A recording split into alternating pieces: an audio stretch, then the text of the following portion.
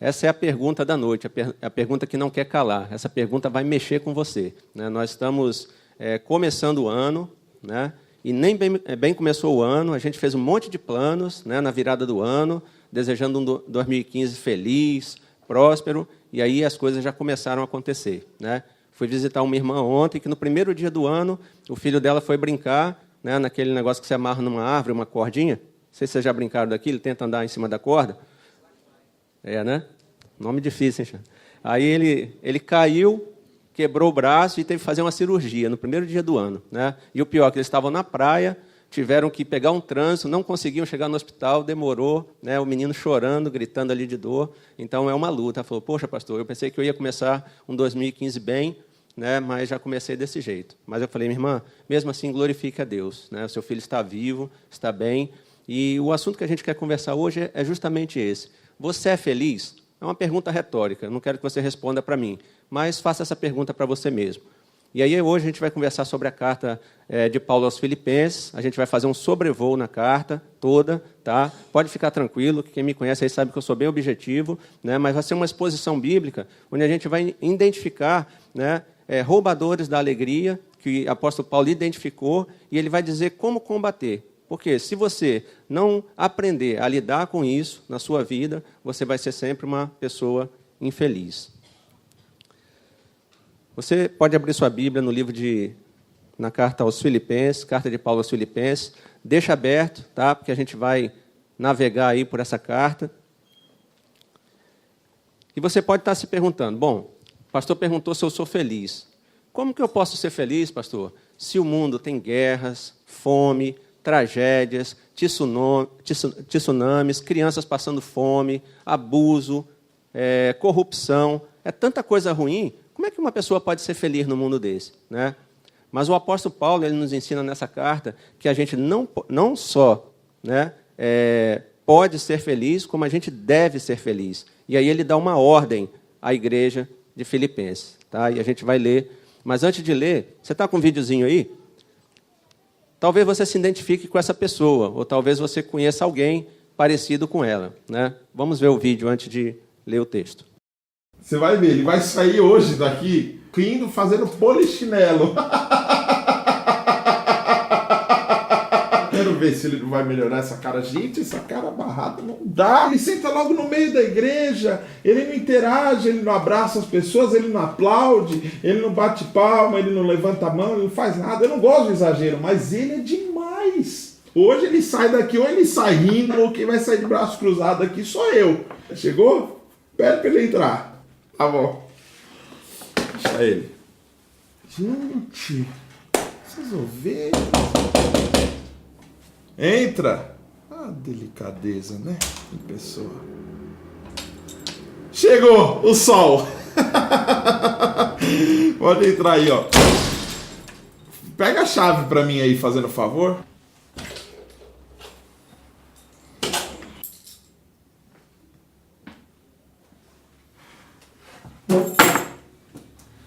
Obrigado, viu?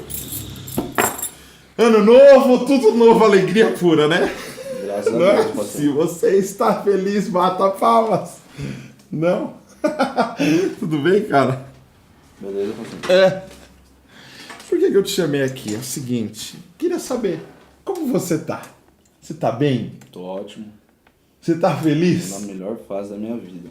Tá tudo legal Tudo financeiramente? em cima. O trabalho, a Show de família? bola. Todo mundo bem. E os cultos? O que você tem achado dos cultos? Você gosta da minha pregação? Você acha que eu pego muito pesado com o Da pessoal? hora, mano. Você acha legal o louvor? O louvor tá... Você gosta das músicas animadas, as músicas pra cima? Gosto muito. Eu gostei dessa camiseta aí. Será que tem tamanho lona pra mim? Eu gosto, Fica da Copa, né? Ei, Brasil, vamos fazer uma ola! Ola! Por que você tá de óculos? Tá com conjuntivite? Não, porque eu quero. Tô sentindo que falta algo. Tá faltando algo a mais assim pra transparecer essa alegria. A gente passa tanta dificuldade, né? Se tá difícil pra gente, imagina pra classe média, né? Então, assim, a gente precisa, às vezes, sorrir. Sorrir mesmo, não sei, você sorri? Todo dia eu sorrio, pastor. Agora mesmo eu tô sorrindo, né?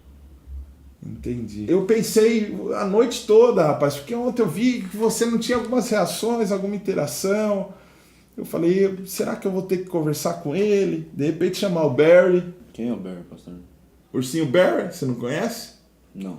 Ele vem para alegrar nossas vidas. Inclusive, sabe quem que veio aqui? Sabe quem que tá aqui além de eu e você e Jesus? O Barry. Oi, amiguinho! Tudo bem com você? Você tá triste? Não fica assim, não! Jesus te ama! E nós também! Me dá um abraço!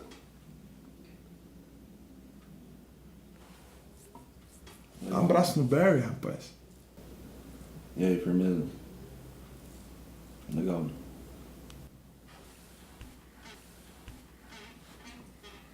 Então tá bom, era só isso. Pode ir. Beleza. Valeu, pastorzão. Se cuida, hein?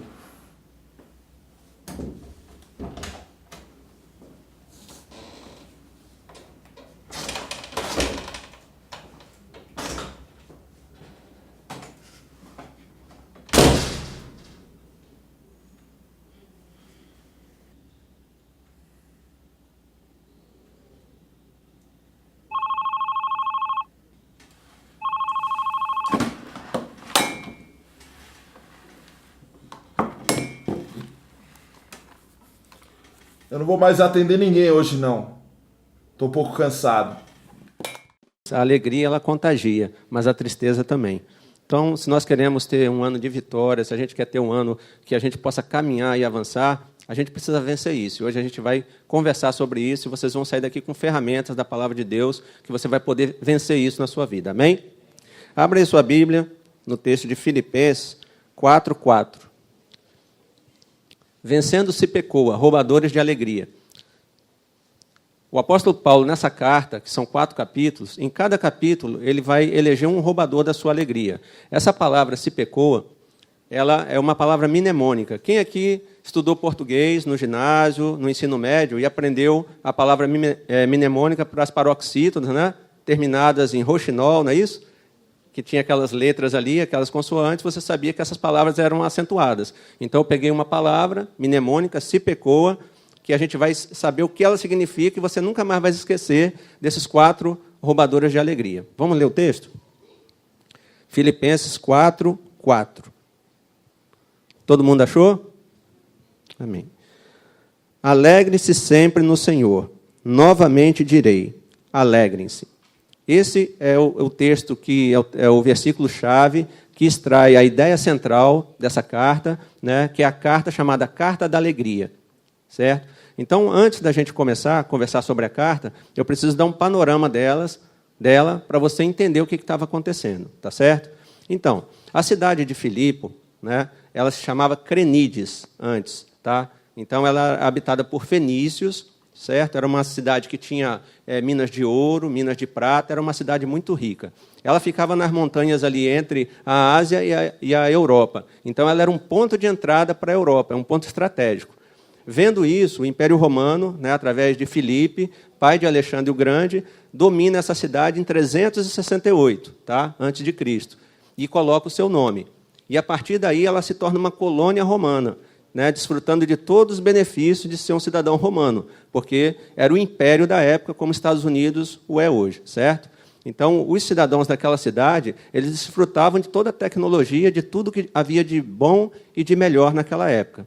No ano de 52, o apóstolo Paulo chega nessa cidade, porque ele tinha a visão, né, de implantar igrejas em pontos estratégicos também, porque ele sabia que aquilo ia fazer o evangelho crescer. E aí o apóstolo Paulo começa ali com 3 pessoas, né? Uma escrava, um carcereiro e uma vendedora de púrpura, né? As 3 classes sociais da época. E ali ele começa aquela igreja. E é uma igreja que o apóstolo Paulo amou muito e fez uma amizade profunda com aquela igreja. 10 anos depois, mais ou menos, 8 anos, Paulo se encontra agora em Roma, preso por causa da pregação do evangelho. Então, quando a gente fala que Filipenses é a carta da alegria, muita gente pensa assim, bom, o apóstolo Paulo estava em Roma, ele estava andando por aquela cidade, a maior cidade ali do Império, né? Estava num shopping center, estava curtindo a vida, tudo estava indo bem, beleza, né? Assim dá para ser feliz mesmo. Então, nesse momento, ele deve ter escrito essa carta, a carta da alegria. Não, o apóstolo Paulo, no momento que estava escrevendo essa carta, ele estava preso e... isso deveria ter sido aplicado no Brasil, né? Ele pagava o aluguel de uma casa para ficar preso. Isso era um costume da época. O preso pagava o lugar que ele ficava, certo? Não era o Estado que pagava, não. Então, ele alugou uma casa para ficar preso, e ali ele foi algemado a um soldado romano, e ali aqueles soldados iam se revezando. Era chamada guarda pretoriana, casa do governador, certo? E ali ele ficou preso durante 2 anos. Mediante toda essa circunstância, ele escreveu essa carta, né, pedindo, né, dando uma ordem, aliás, para aquela igreja em Filipe, que eles se alegrassem. Quando eu li essa carta, queridos, quebrou um paradigma na minha vida. Por quê? Eu demorei muito tempo, né, os irmãos que eram aí da IBCJ conhecem bem essa história, eu demorei muito tempo para perdoar meu pai, né, porque nós tivemos uma família muito disfuncional, meu pai era alcoólatra, porque eu não entendi o que era o perdão. Mas, quando eu fui tomando conhecimento da palavra de Deus, e que eu aprendi que o perdão não era um sentimento, mas uma decisão, eu decidi perdoar e perdoei, né? E há pouco tempo eu estive com ele, porque ele não está bem de saúde, e a gente pôde ter esse momento de convivência por causa desse perdão. O mesmo aconteceu comigo quando eu estava lendo essa carta, porque até então eu pensava assim, bom, ser feliz é um estado de espírito, né? Às vezes estou feliz, às vezes eu estou triste, mas eu, por exemplo, meu temperamento é melancólico. Eu tenho a tendência da tristeza. Eu sou introvertido. Muitos aqui podem ter esse mesmo temperamento. E quando você menos espera, você está ali na tristeza, né? Você está se isolando, porque faz parte do seu temperamento. Mas o apóstolo Paulo vem e quebra esse paradigma. Ele fala, alegrem-se. Outra vez eu digo, alegrem-se. Ele dá uma ordem a uma igreja que estava vivendo uma circunstância difícil e não agradável para se alegrar. Então, meu querido, eu quero te dizer essa noite, a alegria é uma decisão também. Você pode decidir hoje ser uma pessoa alegre, independente desses roubadores que a gente vai conversar hoje. Amém, igreja? Amém. Porque senão, tudo que acontecer na sua vida vai levar você para cima, vai levar você para baixo, e a sua vida vai ser uma gangorra emocional. E ninguém gosta de viver com uma pessoa assim. Um dia está lá em cima, outro dia está lá embaixo. Isso faz mal para você na igreja, faz mal para você no trabalho, faz mal para você onde você estiver, inclusive no nosso casamento, né, no nosso relacionamento com os filhos. Então, é uma luta minha e eu acho que é uma luta de cada um. Então, a gente vai começar a conhecer aí os 4 ladrões da alegria, os 4 roubadores. Pode passar o próximo? Então, o que tem roubado a sua alegria? Eu queria que você olhasse para a pessoa que está aí do seu lado. Você vai fazer uma pergunta para ela e já vai dar uma resposta. Então, fale para a pessoa que está aí do seu lado. Quem são os roubadores da sua alegria? Pode ser melhor, né? Vamos de novo? Tentar de novo? Olha para a pessoa que está do seu lado, fala alto aí. Quem são os roubadores da sua alegria? Agora você vai responder para ela. Se pecoa. Então, nós vamos conhecer agora o SIPECOA. Circunstâncias, pessoas, coisas e ansiedade. São esses os 4 roubadores da alegria que o apóstolo Paulo elege e que ele fala que tem roubado a alegria daquela igreja e, com certeza, tem roubado a nossa alegria hoje. Vamos prosseguir? Vamos conhecer o primeiro.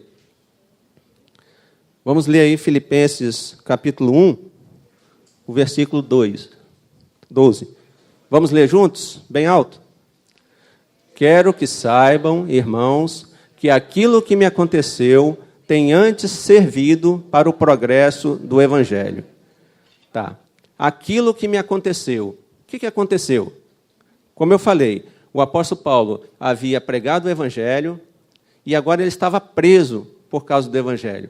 Então, o que aconteceu ao apóstolo Paulo fez com que a igreja tremesse na base. Poxa, agora o nosso líder ele está preso. O que vai acontecer com ele? Mais tarde a gente vai saber o que aconteceu com ele. E aí isso criou um tumulto na igreja. Mas ele fala, aquilo que me aconteceu serviu para o progresso do Evangelho. Olha como é que o apóstolo Paulo olha para as circunstâncias. Vocês sabem, queridos, o que essa perseguição implementada por Nero fez com que o apóstolo Paulo fosse para a guarda pretoriana. A guarda pretoriana era composta mais ou menos de 9.000 homens militares. E ali se revezavam soldados com o apóstolo Paulo. E aquele cara que estava ali preso, algemado com ele, tinha que ouvir o evangelho na marra, não tinha jeito. O cara não tinha para onde correr. Estava ali algemado. Era 2 horas, o quarto de hora, não sei se na polícia é assim, né? Na aeronáutica é assim. 2 horas. 2 horas ouvindo o evangelho, não tinha jeito. E assim ele foi ganhando aquelas pessoas, né? Pessoas com postos mais baixos, pessoas com postos mais altos, mas ele foi tendo o privilégio de falar do Evangelho para essas pessoas. Olha só como é que ele olha para as circunstâncias da vida dele. Ele fala, queridos, isso que me aconteceu serviu para o avanço do Evangelho.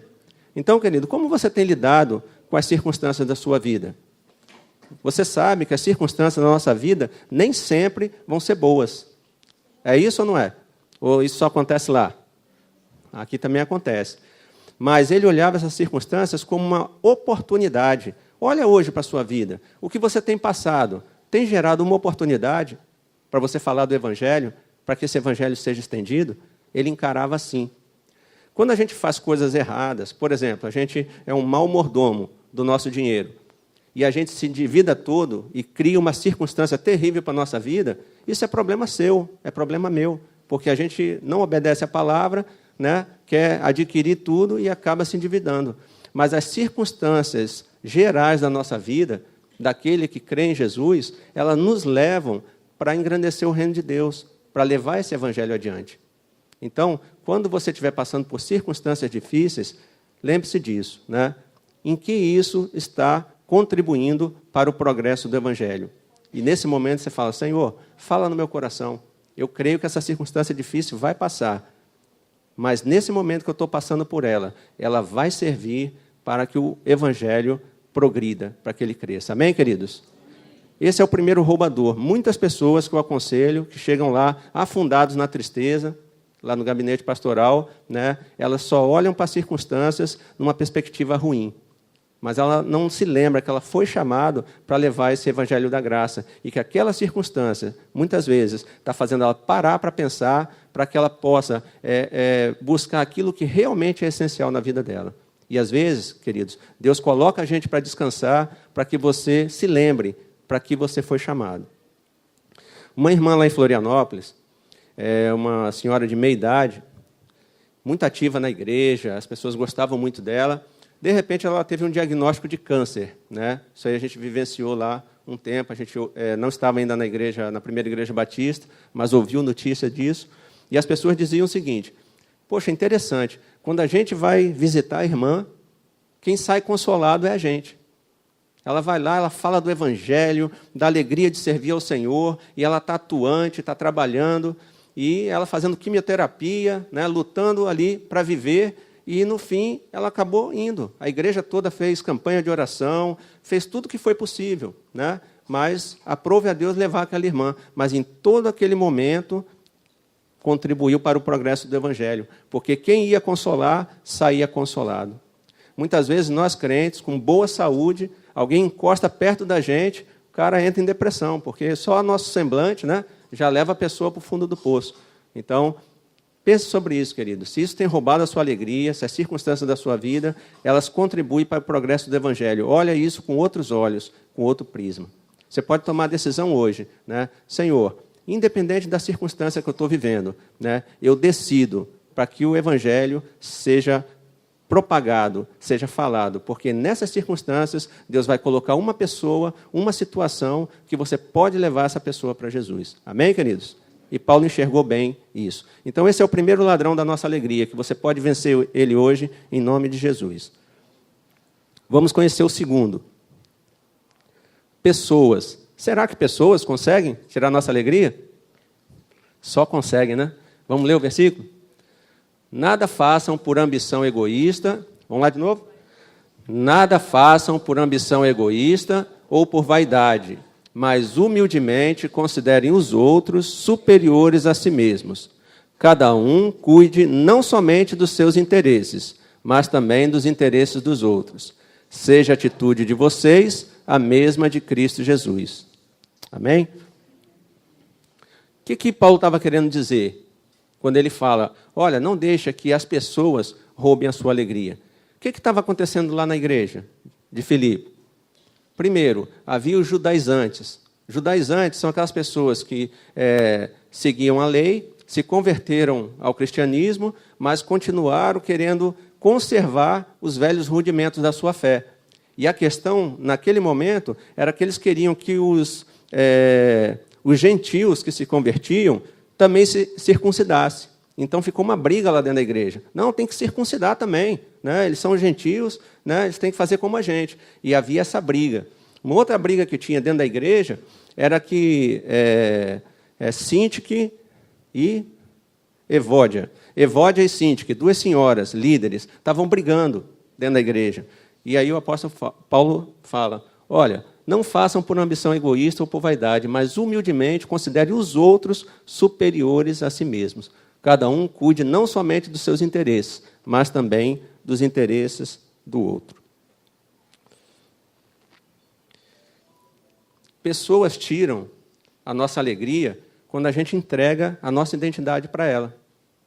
Então, muitas vezes a gente se comporta o seguinte, poxa, eu cheguei na igreja, o pastor falou comigo, beleza, estou feliz. Não falou, estou triste. Fulano não me ligou. E você vive nessa penúria, dependendo do que o outro faz em relação para você. Meu querido, em nome de Jesus, rasga essa promissória hoje. Enquanto você deixar a sua identidade nas pessoas, do que elas pensam de você, você vai viver nessa vida. Triste, chateado. Sabe por quê? Porque as pessoas nos magoam. A nossa esposa nos magoa, nós magoamos, né, as nossas esposas, os filhos nos magoam. E se você depender disso para ser feliz, você vai viver uma vida medíocre. Uma vida sem alegria, realmente. Como que você pode resgatar a sua identidade da mão das pessoas? Deus fez isso comigo também. As pessoas que têm uma autoestima baixa, né, que tiveram um lado disfuncional, elas são muito carentes da apreciação e da aceitação dos outros. Então, elas buscam, de toda forma, serem aprovadas. Trabalham excessivamente, visitam, fazem de tudo. Mas a motivação, muitas vezes, é para ser aceito. Porque ela precisa ser aceita, existe uma carência dela muito grande. E eu passei por isso também. Pelo fato do meu pai ser alcoólatra e ser um pai ausente, né, eu tinha essa carência de aceitação, a autoestima ia lá embaixo. Então, eu não sabia dizer não. Então, um dos indícios, né, que a sua identidade está na mão das pessoas, e essas pessoas têm o poder de tirar a sua alegria, é que você não consegue dizer não. Às vezes você não pode, mas você faz para poder ser aceito. Isso é uma destruição na nossa vida. Chega um colega teu e fala, poxa, me empresta um dinheiro? Você não tem, mas você arranja, empresta para você poder ser aceito. O pastor pede, meu irmão, faça isso e aquilo. Faço para eu poder ser aceito. E às vezes você rouba um tempo do seu filho, rouba um tempo da sua família, onde você poderia dizer, pastor, já estou fazendo isso eu não posso fazer. Esse momento é com minha esposa, esse momento é com meu filho. Mas você não pode dizer não.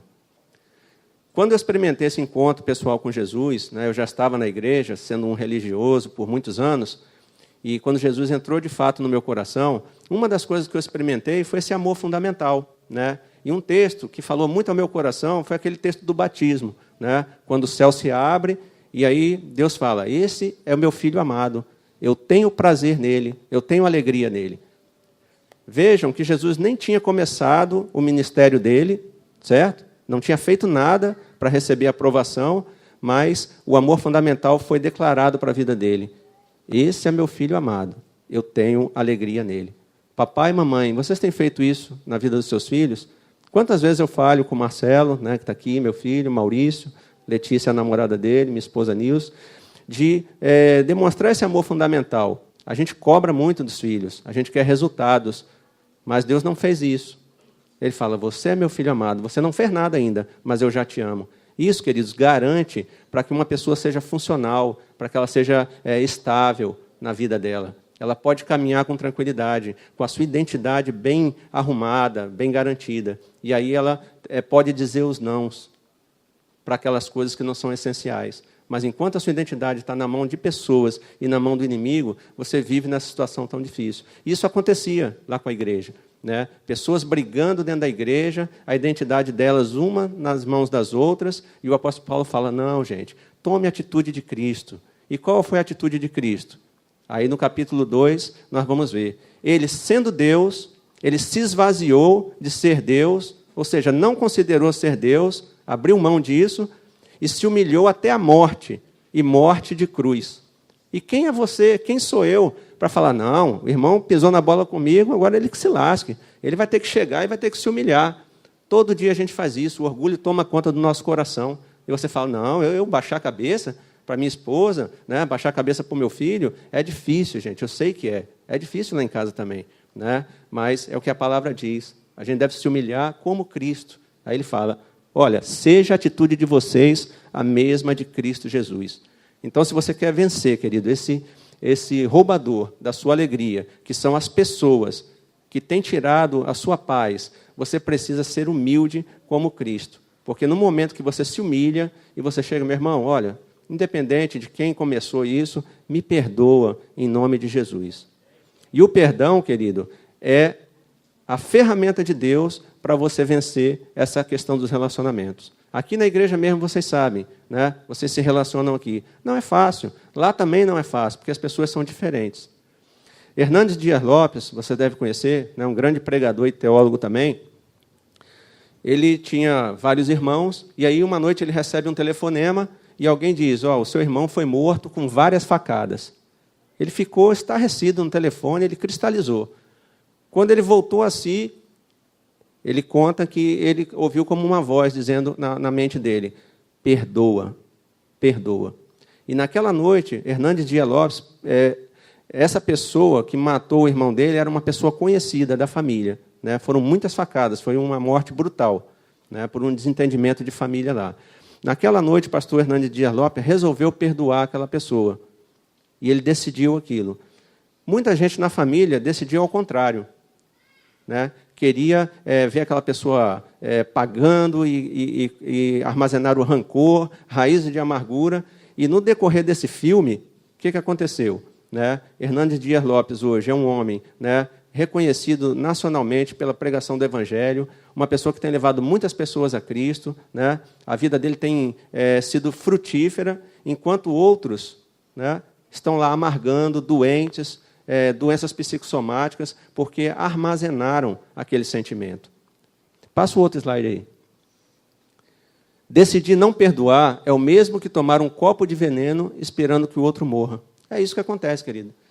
Quando você tem problemas no relacionamento e você fala, eu não vou perdoar, eu não estou sentindo nada, eu não estou sentindo vontade.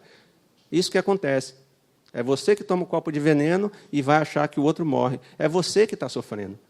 Então, para você resgatar a sua identidade, para você não deixar mais que as pessoas roubem a sua alegria, você precisa perdoar. Decida perdoar, em nome de Jesus, qualquer que tenha sido a ofensa, e espera que o sentimento vai acompanhar a sua decisão. Lembra o que aconteceu na cruz? Jesus estava crucificado e as pessoas espetando ele ainda. Ele falou, Pai, perdoa. Eles não sabem o que eles fazem.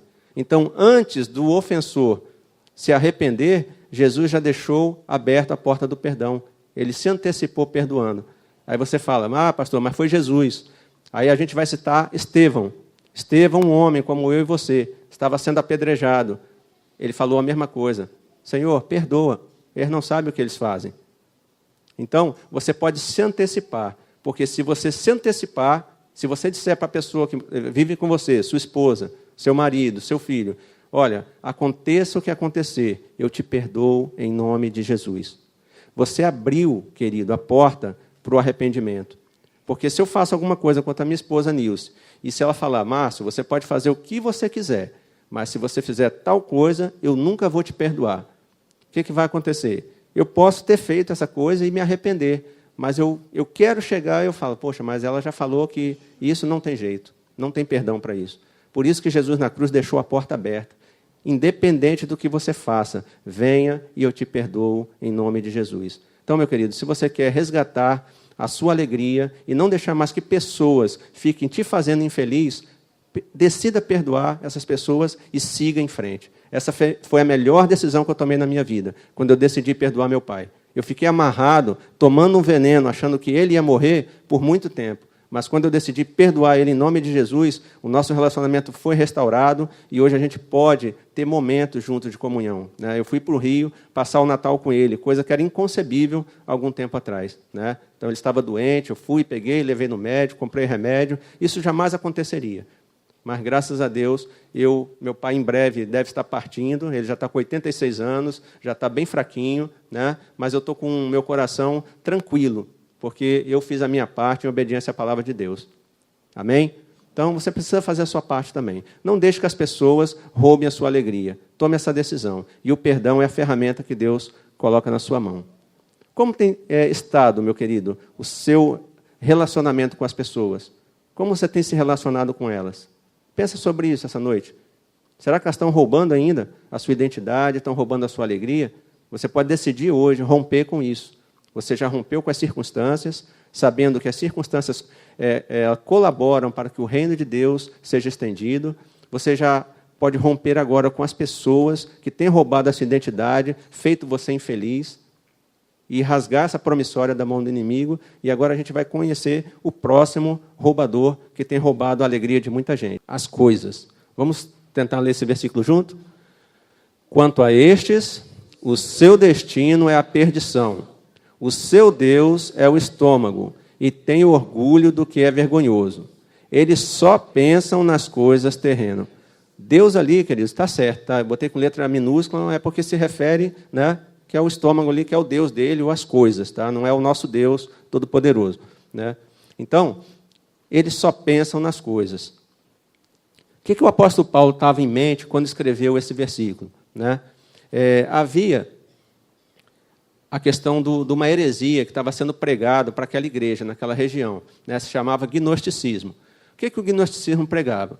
Que o que você faz com o seu corpo não tem nada a ver com o seu espírito. Por quê? Para o gnóstico, o que é material é ruim, não presta. E o que é espiritual é bom.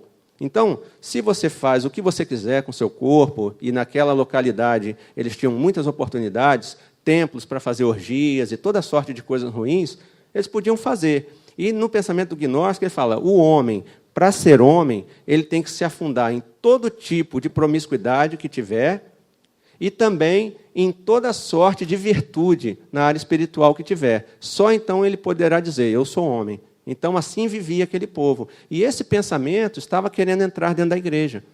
Para essas pessoas, a única coisa que importava eram as coisas. Por quê? Eu vou viver minha vida plenamente, porque depois o meu espírito está salvo, porque o espírito é puro, a carne é ruim. Mas isso era uma mentira. E aí João vai combater isso e Paulo combate isso também, certo? E essas pessoas só pensavam em coisas terrenas. Como você tem lidado com as coisas na sua vida? Vamos ver aí o próximo slide?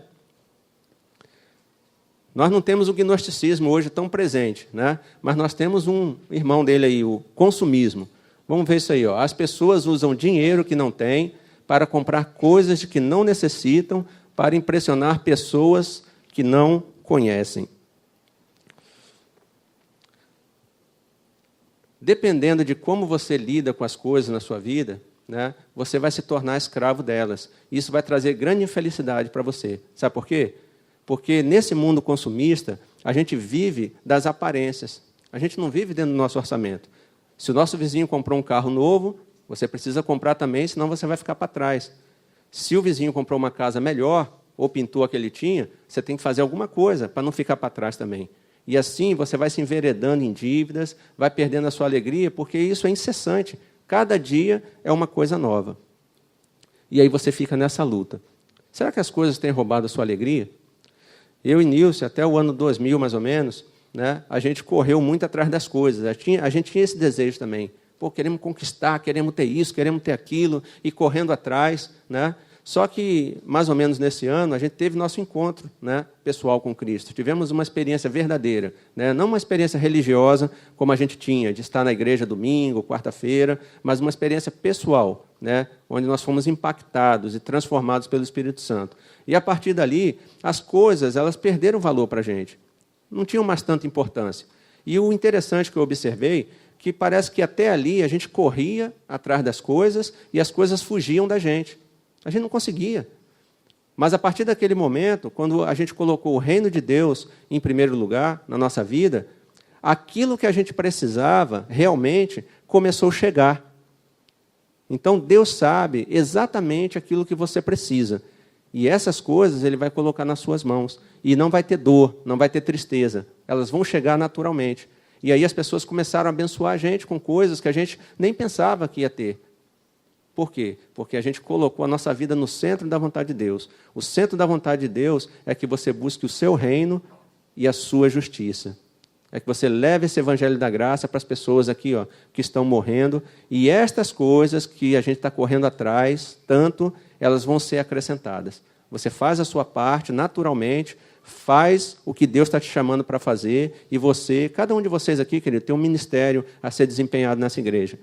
Né? Ser ministro é ser servidor, ministério é serviço, diaconia é serviço, e você pode fazer isso nessa igreja. Enquanto você estiver correndo atrás das coisas, você só vai ficar correndo e se desgastando. Mas no momento que você colocar a sua vida no centro da vontade de Deus e falar, Senhor, o que tu tens para eu fazer no teu reino? Onde você quer me usar? E aí as coisas começam a entrar no eixo e tudo aquilo que você corria atrás e nada acontecia, você vê que no tempo certo, Deus vai colocando nas suas mãos. Amém, queridos? Será que as coisas têm roubado a sua alegria? Será que você tem vivido correndo atrás dessas coisas? Será que você tem comprado mais do que você precisa para largar num canto da casa? Aquela esteira, né, que anunciou aí de digital, não sei o quê, você vai lá, compra, encosta no canto e ela vai servir só para botar toalha de banho. Desculpa, tomar uma aguinha aqui.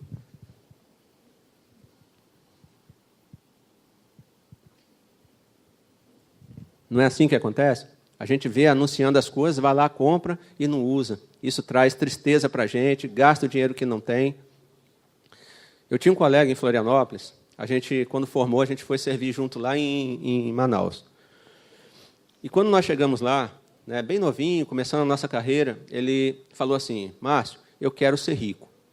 Esse é o meu objetivo, eu quero ser rico. Naquele tempo eu estava na igreja, mas era um frequentador de igreja, não tinha tanta, né, assim, relacionamento com Deus, né, era uma pessoa acostumada no meio evangélico. E fui acompanhando a vida daquele amigo. Né? Aí ele se casou lá, né, e eles montaram um negócio. E eu via que, além do expediente que a gente cumpria no quartel, ele se desgastava de tarde, de noite, de madrugada, ele e a esposa dele, a ponto da esposa dele ter ficado um palitinho, coitada, de tanto correr naquele calorão de Manaus a pé para aquele negócio que eles tinham, porque o objetivo deles era ficar rico. E aí os filhos deles nasceram e eles continuaram batalhando. Conseguiram uma transferência para Florianópolis, continuaram batalhando, as coisas crescendo, começaram a comprar imóveis, né, e compraram muitos imóveis lá, e realmente ele atingiu a situação que ele queria. Né? Comprou apartamentos na Beira-Mar Norte, que é um lugar caro lá. Pô, ficou bem de vida. Os 2 filhos deles cresceram, né? São contemporâneos do Maurício e do Marcelo.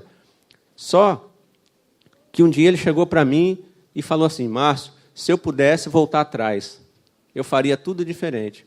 Hoje eu quero conversar com meu filho, ele não quer mais conversar comigo. Né?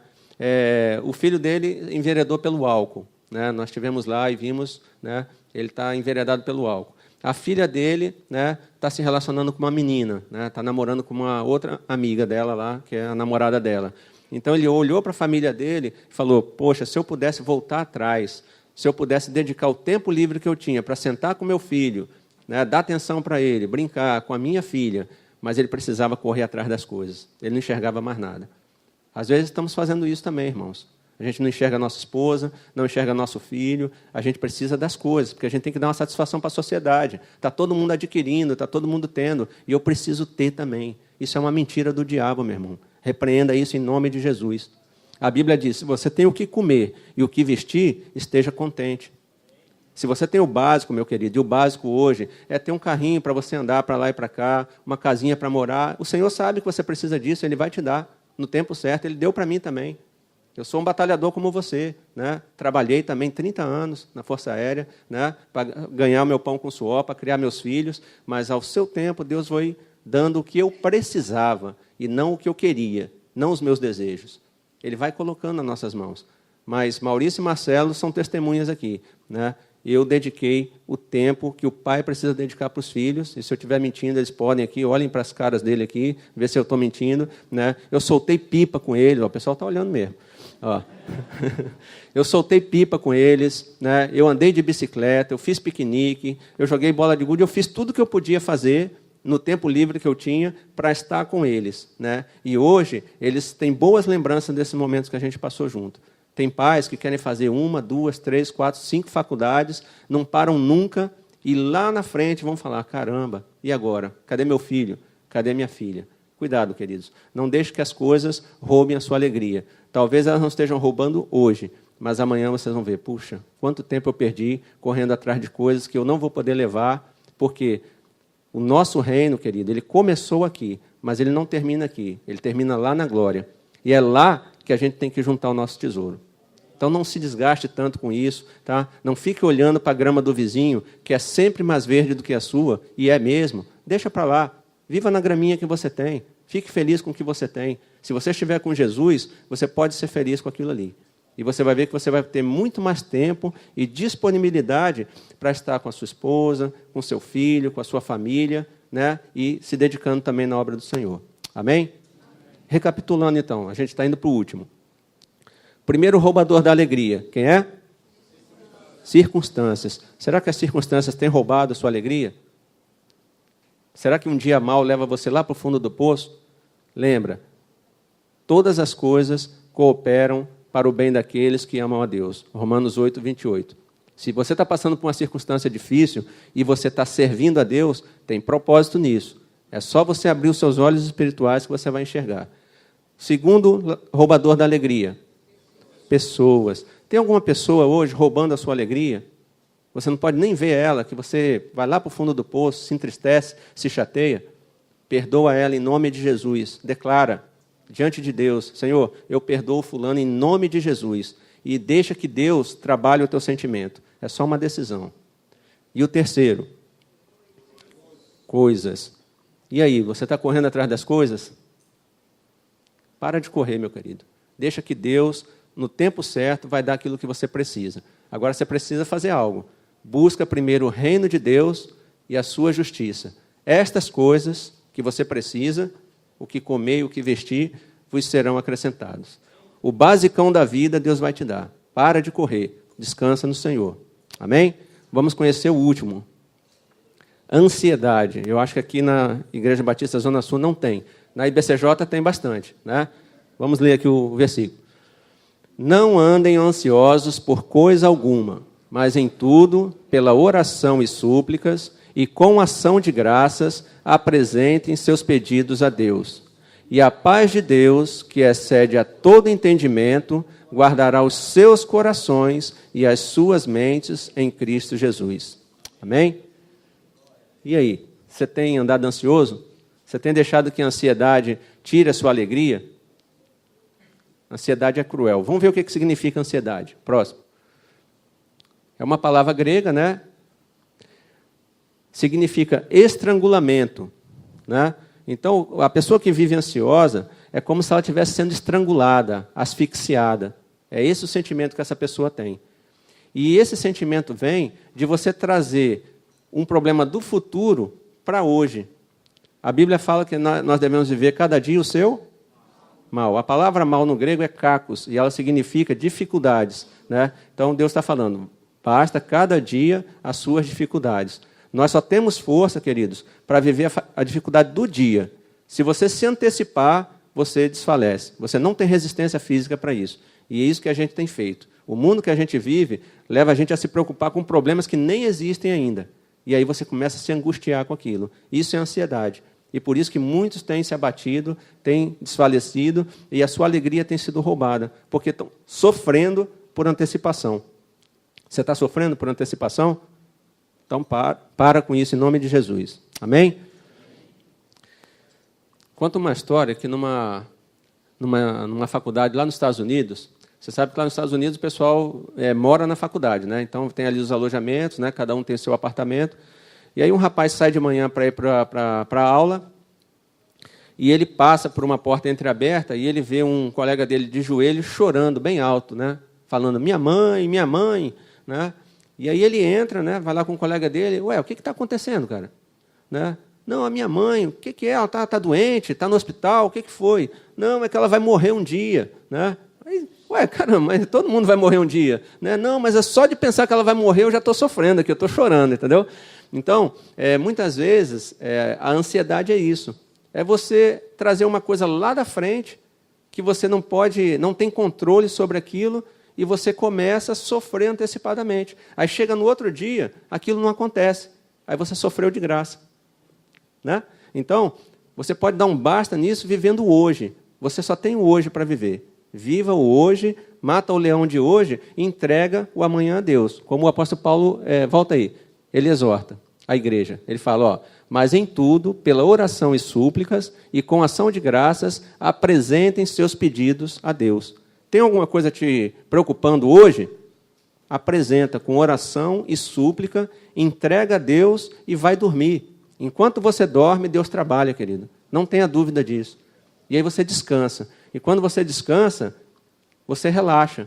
E você acaba com essa sensação de mal-estar que está te agoniando, está te asfixiando. Quando você tem um amigo, Carlos aqui, meu amigão, né, companheiro de força aí, né, se eu sei que o Carlos vai me ajudar, eu venho com o meu problema, Carlos, estou com esse problema. Entrego para ele, Martins, está comigo.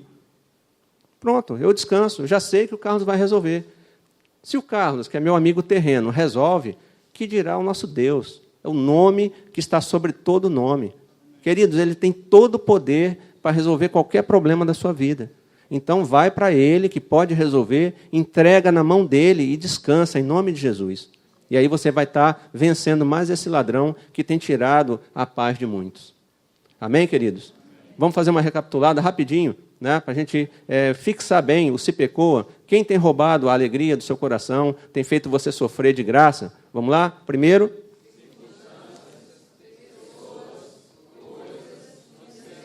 Amém. Então, você já sabe, né, como combatê-los. O apóstolo Paulo dá a regra. Né? E eu queria que você baixasse sua cabeça agora, a gente vai orar, estamos encerrando já a mensagem. E eu queria te perguntar, meu querido, o que tem roubado a sua alegria?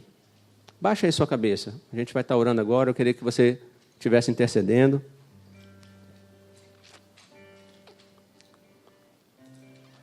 As circunstâncias, as pessoas, as coisas, a ansiedade, tem roubado a sua alegria? Você tem estado infeliz?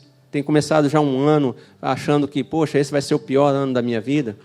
Então, hoje você ouviu da palavra do Senhor, né, por meio do apóstolo Paulo, ele identificou que existem 4 roubadores, né, que podem estar atuando na sua vida, mas que você pode vencer ele em nome de Jesus.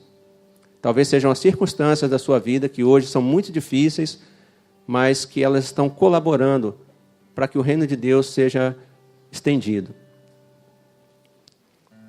Talvez sejam pessoas que estejam tirando a sua paz, mas você pode decidir hoje perdoar ela em nome de Jesus. É uma decisão, não é um sentimento. Talvez sejam coisas que você correu tanto atrás e tem estado frustrado porque elas nunca te satisfazem.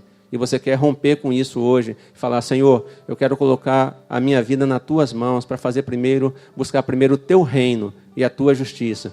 E deixar que as coisas que eu preciso, o Senhor acrescente.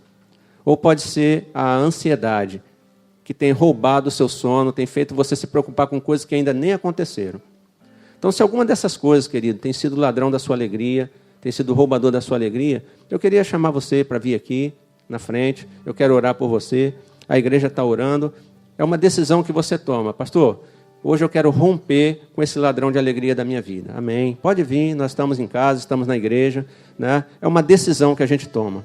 Você pode tomar a decisão de ser feliz hoje, querido. É uma decisão, não é um sentimento. Vem aqui que eu quero orar por você. Você está dando um indicador diante de Deus. Senhor, eu entendi a tua palavra e hoje eu quero mudança de vida. Eu quero mudança de comportamento na minha casa. E eu quero uma nova história começando em 2015. Porque eu decido ser feliz baseado na tua palavra. Amém? Pode vir aqui, querido. Eu quero orar por você. E o Espírito Santo de Deus tem o poder para capacitar você a tomar essa atitude de vencer cada um desses roubadores para que você tenha realmente paz, para que você tenha realmente alegria. Tem mais algumas pessoas vindo, vou esperar mais um pouquinho. Pode vir, querido, querida. Eu quero orar por você. Amém. Vou pedir para toda a igreja se colocar de pé. Em sinal abençoador, você levanta uma das suas mãos em direção a essas pessoas, declarando a bênção do Senhor sobre a vida delas. Vamos orar. Pai amado, eu te agradeço, Senhor Deus, pela tua mensagem que foi entregue esta noite, Senhor. Obrigado porque tu tem falado aos nossos corações. E hoje, Pai, em nome de Jesus, nós declaramos derrotados, Pai, esses roubadores de alegria das nossas vidas, Pai. o roubador das circunstâncias, Senhor Deus, das coisas, das pessoas, da ansiedade, estão repreendidos em nome de Jesus e que sejam enviados, Pai, para onde Jesus Cristo determinar. Nós tomamos posse da Tua palavra, Senhor, e queremos experimentar a alegria que só Jesus Cristo dá.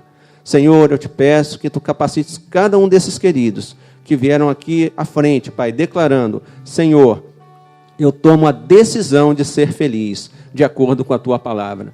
Não vou deixar mais que circunstâncias, não vou deixar mais que pessoas, não vou deixar mais que coisas ou ansiedade tire a minha alegria. Eu não quero mais viver, Pai, numa gangorra emocional. Um dia feliz, outro dia triste, e viver toda a minha vida assim. Mas em nome de Jesus, eu quero experimentar a alegria, Senhor Deus, que é fazer parte do Teu reino.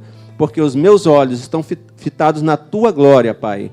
Naquilo que nem olhos viram, nem ouvidos ouviram, nem jamais penetrou no coração do homem, o que o Senhor tem preparado para mim e para você.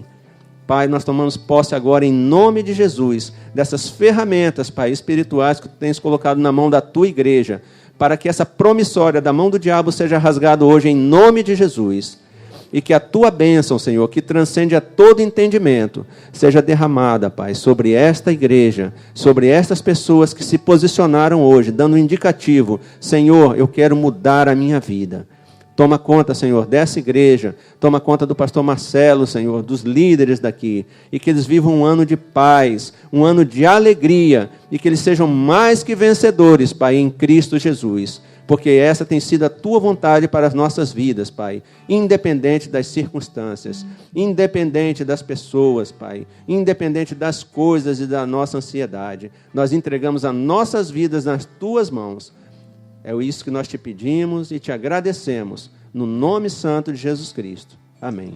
Amém. Deus abençoe, queridos, suas vidas. Pode sentar.